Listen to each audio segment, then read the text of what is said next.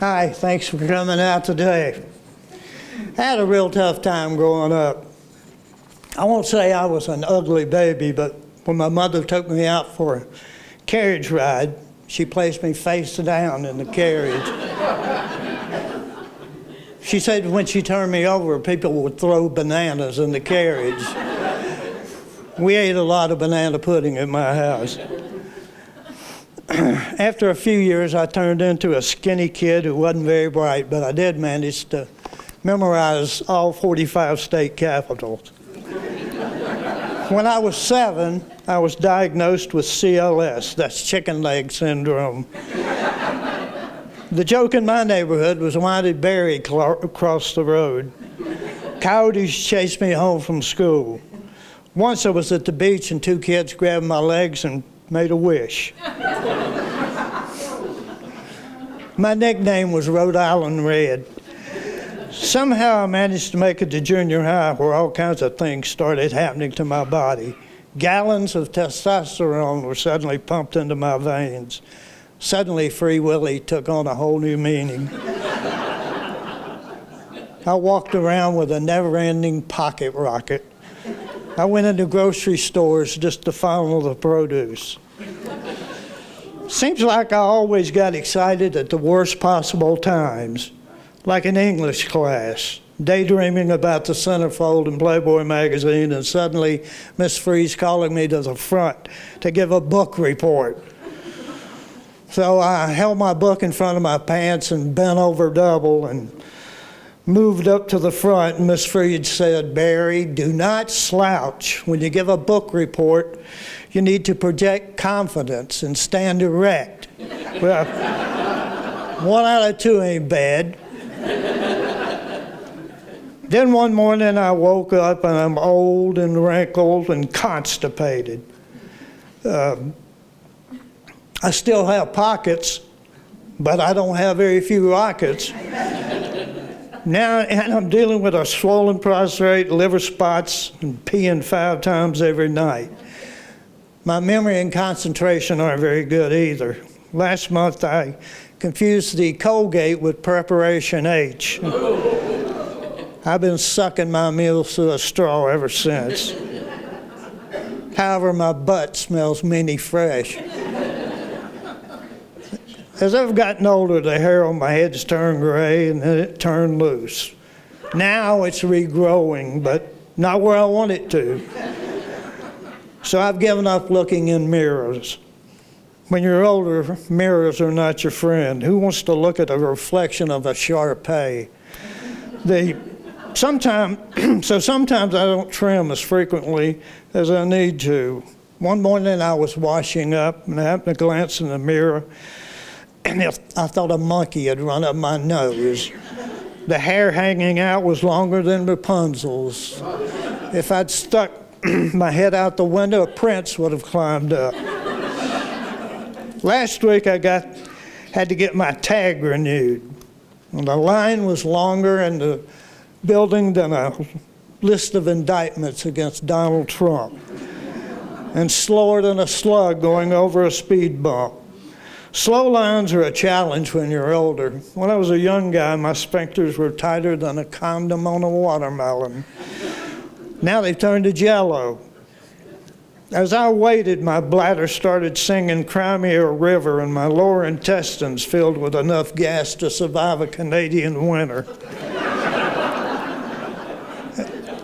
As the line moved forward, I took a step and my rear sphincter collapsed. Now I'm talking about a force 10 on the Beaufort wind scale, probably an 8.0 on the Richter scale. Everyone left standing urged me to the front, where I grabbed my tag quickly, tightened my depends, and got out of there. Cornhole. You know that's a game? Why would you name a game after a felony? When I was a kid, you went to prison for that. Every time I hear that name, my butt pucker. Around middle age, my doctor started pushing me to have a colonoscopy. Now, we live in a country that has landed men on the moon and brought them home safely.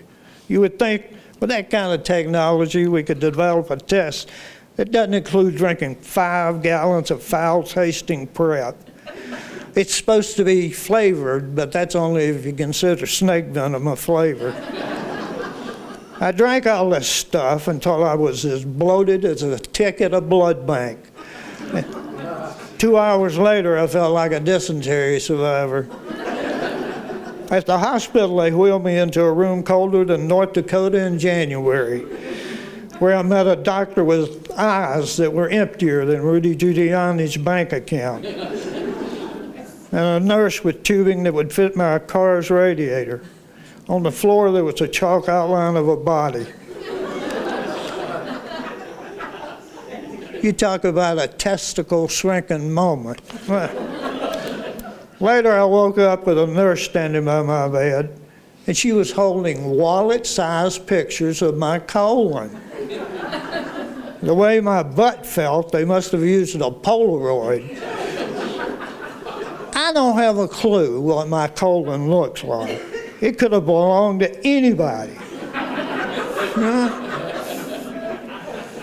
Identification would have required me to put my head between my legs and check. But the only people I know that can do that are called congressmen.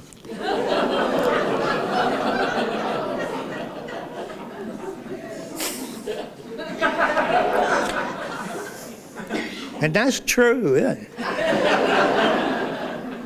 How about Lauren Boebert? Speaking of colonoscopies, how about Lauren Boebert?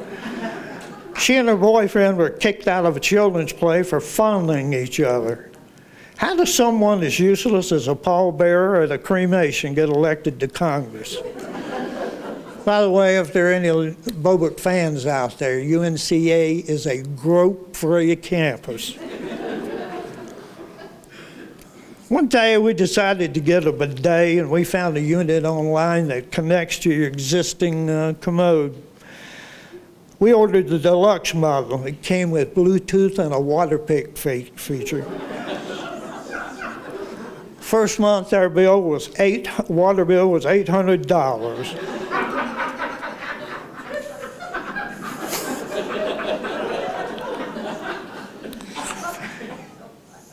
It has 3 pressure settings: babbling brook, spring rain, and cornhole.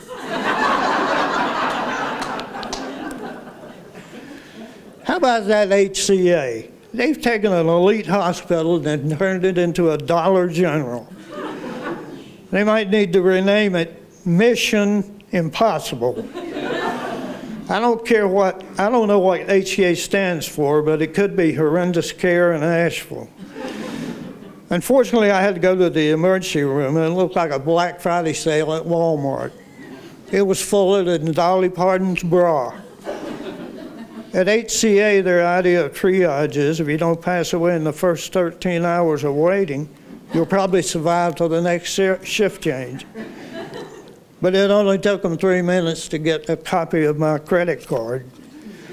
This is the only hospital I've ever been to where the rooms have tip jars. And the lab techs wear coin changers. Profit's the name of the game. At check-in, they offer you term life policies, but that only covers your emergency room wait.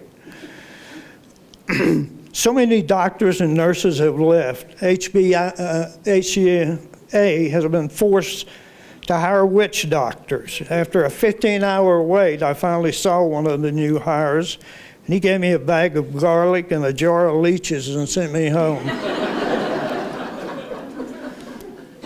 Last week, I got the updated COVID vaccine. With so many of them out there, it's hard to know which one's best. Pfizer, Moderna, William and Mary. Finally, I went to Ingalls and took the Laura Lynn version.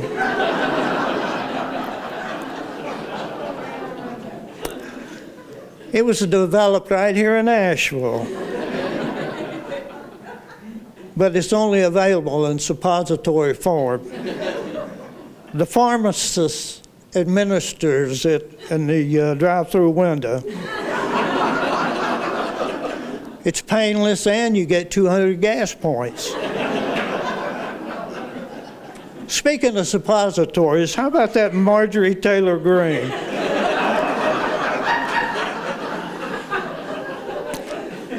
If she went through the Ingalls drive-through for the vaccine, they would know which end to insert the suppository. Thank you. Have a good evening.